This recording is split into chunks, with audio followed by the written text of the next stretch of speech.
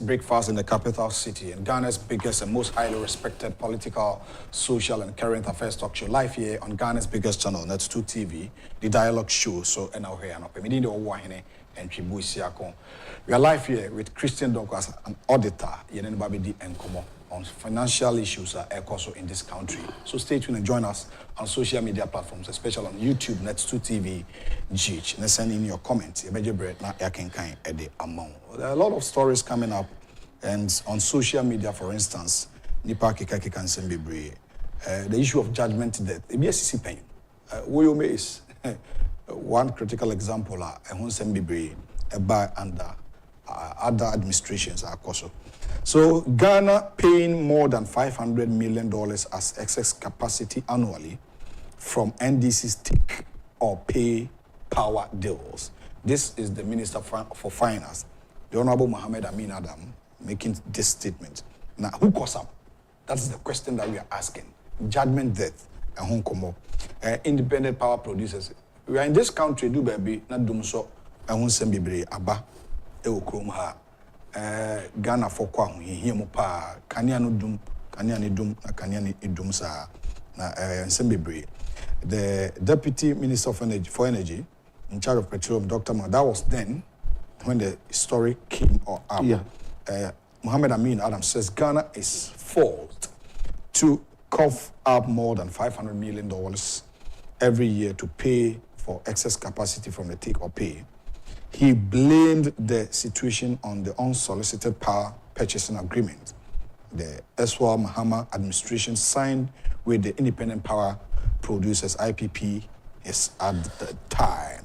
So we want to go into that as an auditor or a chartered accountant. This story in Nsembebre at that moment, na capacity no krani here, and Nsembebre na here. These and many more, and I be interrogating on this matter. Champion, what is it? Right. What I think is that Mahama administration from 2012 to 2016. Okay. We were all in the country who say power and engineer so, and the nipa assume 4 years. Okay. Apparently, now we go into it critically who said. And yet, power generation is about mismanagement of the Ghana's economy and the finance. Okay.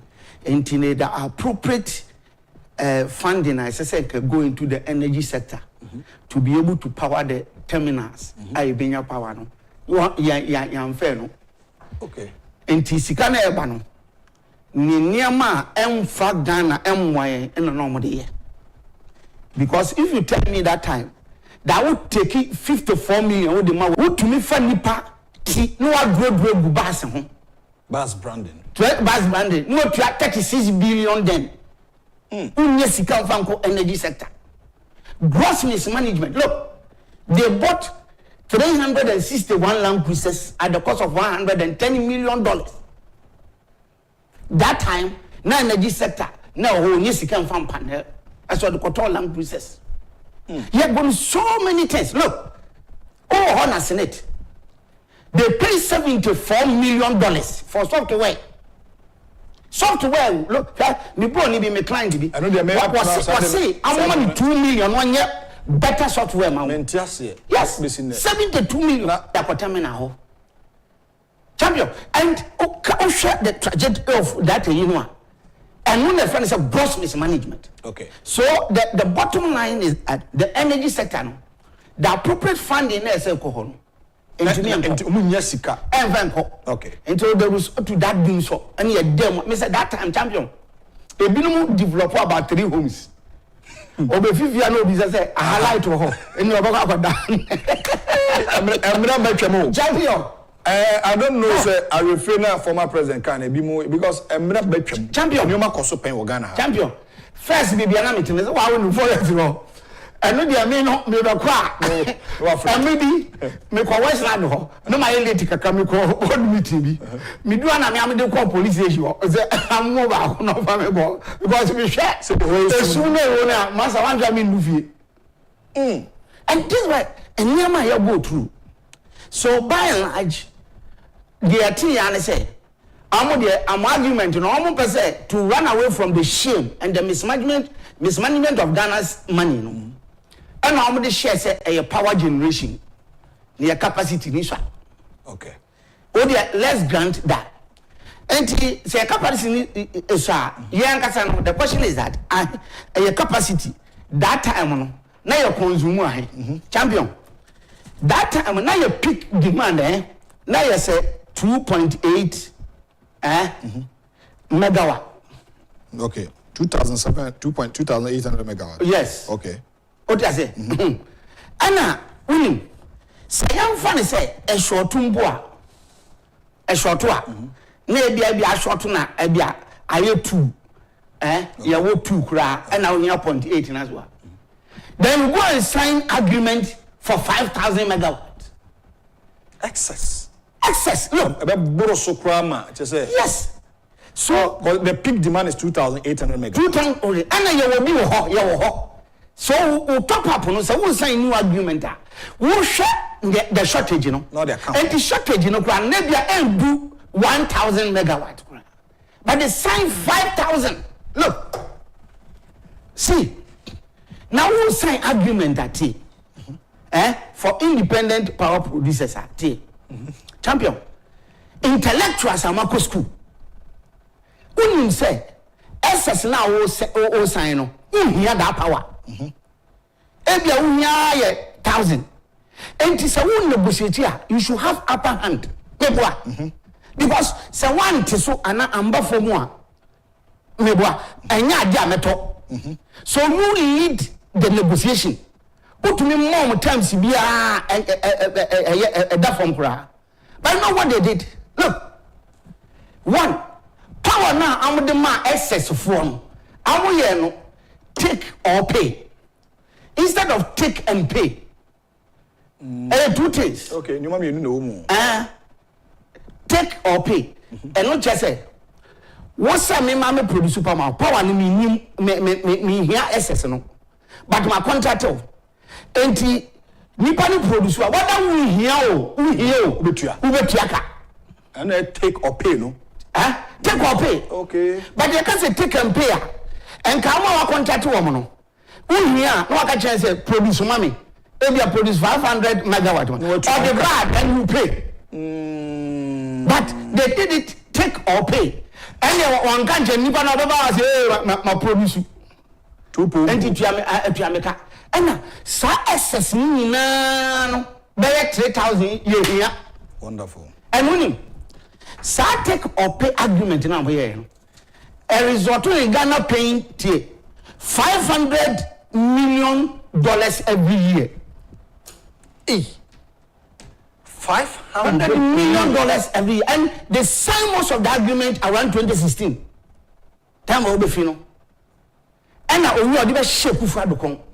And the akufo-addo inherited independent power purchasing agreement.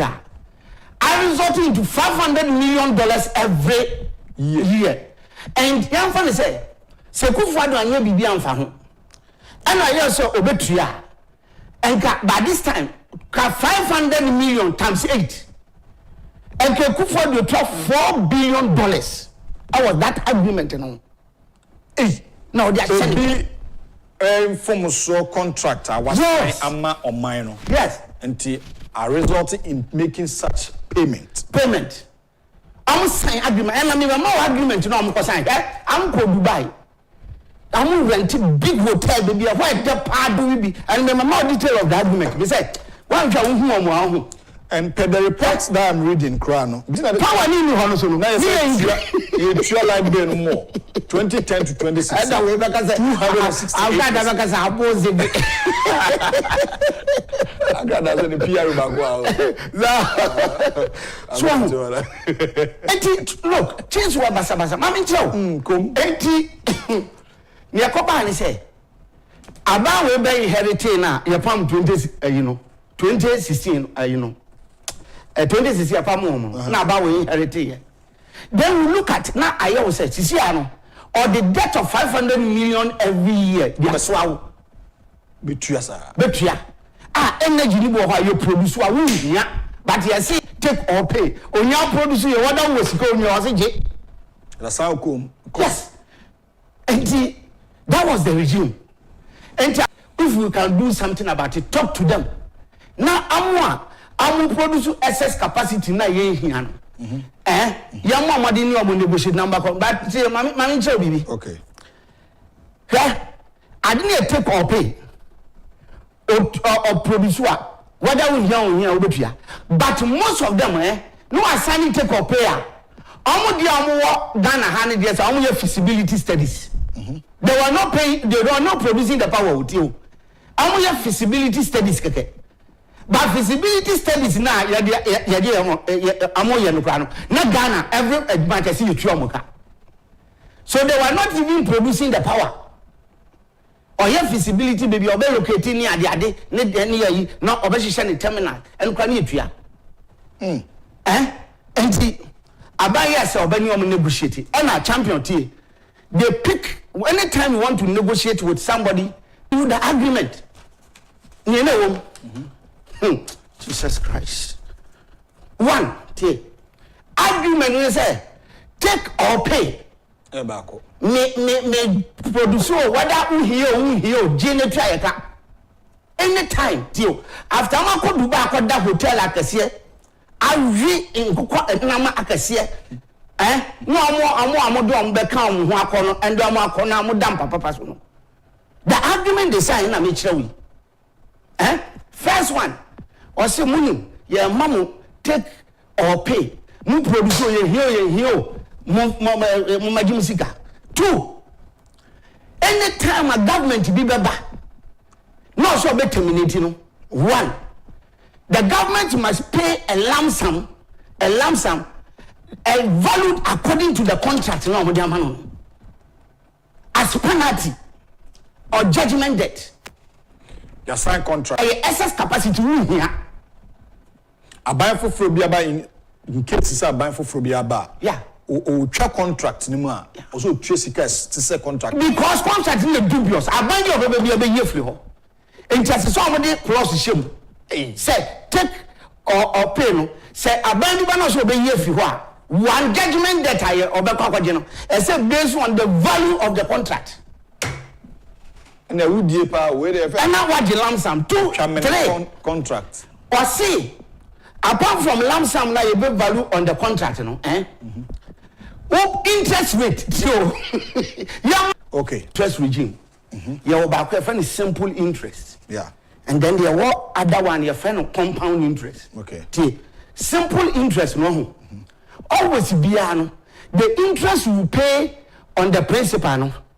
The agreed period will be based on the principal alone. That is a simple interest. Simple interest. So, for example, in case, the young fan is at 10%. Say a simple interest, you are about 10% on the 10,000. No, when you are 10,000, and now we be okay. Your friend is simple interest. In year 1, you are working 10,000 or 1,000 with you. We call year 2 swap. Company no must calculate current interest no enti be an interest payment na we na ekosoro enti you do second year na 1,000 now earning year 1 or the back 10,000 no now or the 10% now compute enti instead of second year we do 1,000 we do 1,100. That is the difference. And compounding no so no if it is simple interest it's not complex. Compounding compounding now compounding no your quarterly compounding, your semi-annually compounding, there were annually compounding. If you require a monthly compounding, it depends on the argument. Now, and come with the argument on a quarterly, it means that the quarterly, say the whole year, you change to 4. Until every 3 months, you be I'm calculating interest. Now, we account. So, first 3 months, you calculating interest in one, near the account. Yeah, they are principal, no. Okay. Now, second quarter interest, no. It will be on the principal plus the interest now, and first quarter, no. Oh, okay. And the more compounding the more the can. Simple interest is calculated on the principal, yeah, or original, yeah, amount of a loan. Of a loan. Compound interest is calculated on the principal amount and the accumulated interest. And then we know on the independent power producers. Compound interest and 4 times champion. Contract agreement back up. Agreement back up. And from maybe January to March, we bet your first interest. No, the principal no. It is from March to June, so we bet you another interest. But on the January to March interest, Rebecca principal no. Now for they are computing the next interest into more than that interest in the cost. Jesus Christ. And then third quarter. And so back calculate your third quarter now, or the first quarter, second quarter interest, and the back principal. Now, answer what computed now not so possible. Now, what would do on my body say here? And at the end of the day, if you look at the agreement, let's say 500 million every dollars every year. As a by year. Would you now? IMF will cram by your coin. I know how much money. 3 million. Yeah. And look at one that's a bay. And the purchases one argument one you be $500 million. Is it the 8 years now? So the transfer. It means a man says it's for 4 years. When the coup for transfer and go on to $2 billion. Yes. So 500 multiplied by 4. Yes. Go back to and he will show us then let me call it for renegotiation. Negotiation. Okay. To negotiate with them. Okay. And they all someone near Trianica, which helping this country. The thing is that some company will suspicious. Look, they don't upon company will some such I broke the Yana Moody. I'm so many for approaching by. I am sabotaging now this contractor man. And we really have a year more, contract. And yet, a butcher company. If you baby a fee, but what the young fan is about a butcher company, one need a change company. The near Hosa. Company. You are there for course or dear for judgment. You have found a Ghana power generation company. I don't quite also want to say. I was one just here. So as a company, one could buy a coffee from where and I'm the and because company non producing you know your feasibility studies. Now when man search you change say MPP near I'm behind the data. And then I want for BDS. That was a good fun. And the same thing, look, I must say the whole thing. And some company on quite a change penny and I win champion or Tamina or the call. A court, or they call court, say, honor the judgment date for determination. Or the county called UK around 2018, and I'm assuming a year until 2021, and a UK company, a grantee said, look, agreement now more sense. I want to, and you'll be the one I must say, survive determination at one. On the judgment date, a lump sum based on the agreement. What does it? And 2, on my interest rate, compounding interest rate, compounded quarterly, as I said, and also a battle. And I winning, interest rate in this way, winning. And yet, your fixed interest rate and your variable interest rate. Fixed interest rate, normally it's all fixing it. But a variable, anytime, interest rate, and your interest rate jumping up 50%, and also may jump up 50%. That's affected. Near variable vary. It depends on which and then also I'm going. Well, and can say that fixed interest rate, and also so why and variable. And now I don't know, very, very dangerous. And I'm for agreement, the court on the champion of agreement, and I say, no promise, man, I must say anytime, yeah. Yebe chomo yanji sika we mfama a company no enti ya based on court no yaji sika na ma no and a court UK court no ebu I say aban kotua $134 million mfama ho $134 million enti judgment debt amode ma Ghana power generation company no amode ma $134 million. And I'm the better or UK.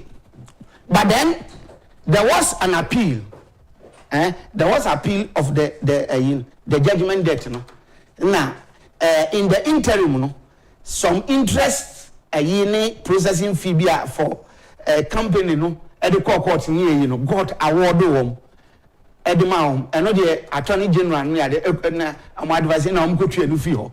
Pending say, when they will appeal to it now, and near my mama. Okay. Champion. Now, no, ending one, the company, no, I'm going to go fresh as no. I'm a dimlica, and I want to call US so another court will hold. I put on coin and with the call. And I'm what the say. UK company ama judgment say yentwa 134 na wo hwa dentina akanti obi judgment debt no e de ama no o just say when to me ankotua then we can hold the asset in trust to make payment for it. Okay. Enti wunim dan am say near wo Agyapade bi be mako 6 am say 6 or so won e dan ni ade Enti enona ekodokoye se guarantee. Okay, that Regina house now lending. Yes. Okay. Enti we are there. I think the property put together about say. Enti what they call arbitration no number. Then definitely all the guarantee. Yeah, the baby be a guarantee man. Enti I the baby no person koton all the so that's why they. Oh, okay. And this say enona am the surety the time na man judgment. Enti I say go and enforce the payment no amonye but no na mo guarantee no the thing is say anya cry na you baka kokoton.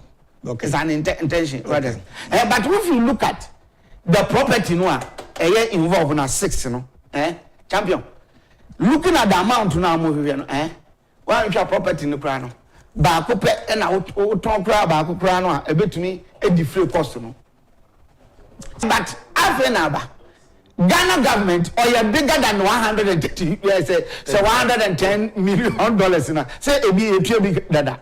And or you're bigger than that. It's a payment to whatever it is. So after we've gone through and a year, but you see, the issue is that can be an court is law court.